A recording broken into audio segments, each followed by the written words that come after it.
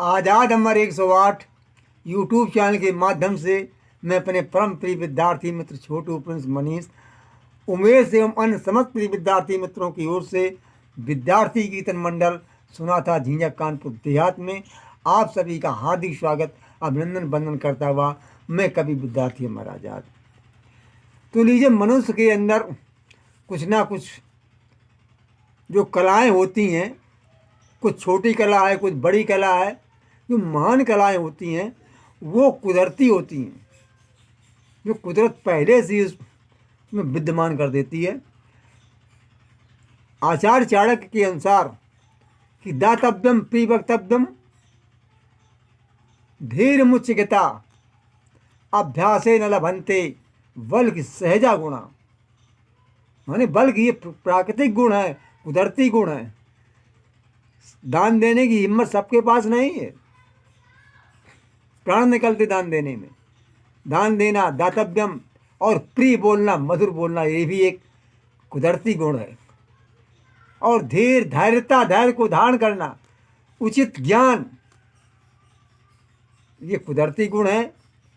और अभ्यास के द्वारा ये चीज़ें नहीं पाई जा सकती हैं कि हम अभ्यास करें, हम प्रिय बोलने लगे, हम दान की हमारी भावना, ये ऐसा नहीं हो सकता। ये अंदरूनी बात होती है। कोई कला, जैसे लगन होती है, लगन से मनुष्य कला से कोई ड्राइवर बनना चाहता है, उसमें लगन लगाई, वो ड्राइवर बन गया। अपने से बड़े जो चलाते हैं गाड़ी, उनसे पास गए, उनसे पूछताछ की, सीख गए तो गुरु हो गया। लेकिन एक ढोलक, और हाँ, ये जो गायक लोग हैं ये भी कुदरती बचपन से होते हैं। और ढोलक बजाना, ये भी, अगर ढोलक सब नहीं बजा सकते हैं, अगर ढोलक बजाने की कला सबके पास है, पूरा गांव बजाने लगता। ये कुदरती गुण होता है। लेकिन फिर भी इसका एक गुरु होता है कि जो जिसने बचपन में सीखी, कुछ बड़ा हुआ बच्चा 10-12 साल का, तो अपने से बड़े जो बड़े लोग ढोलक बजाते उनके देखता कैसा है। लेकिन दुनिया में एक ऐसी कला है, अनोखी कला है, जिसका कोई गुरु है ही नहीं।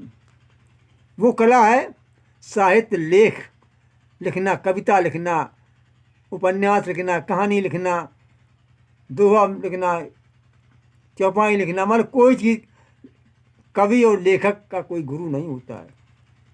तो स्वामी आधार चैतन्य जी ने हमसे खुद कहा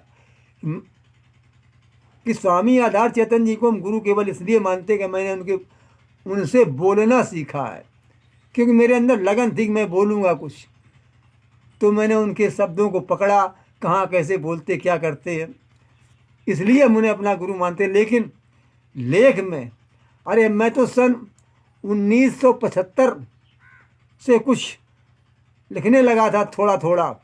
और 1979 में जब काशी में बाबा जय गुरुदेव ने यज्ञ कराया तो वहाँ गए, वहाँ का मैंने वर्णन गद्य में किया और पद्य में भी फाग बनाई।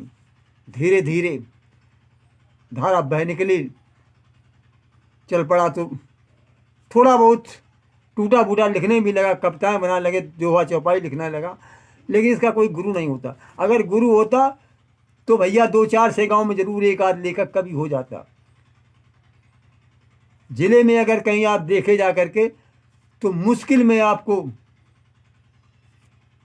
25-30 से ज़्यादा लेखक कभी नहीं मिल पाएंगे।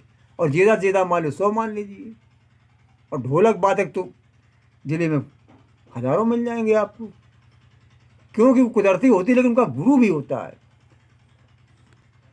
तो याद रखो मित्रों, लेखक का और कवि का कोई गुरु नहीं होता है। ये कुदरती होती है, अंदरूनी बात होती है।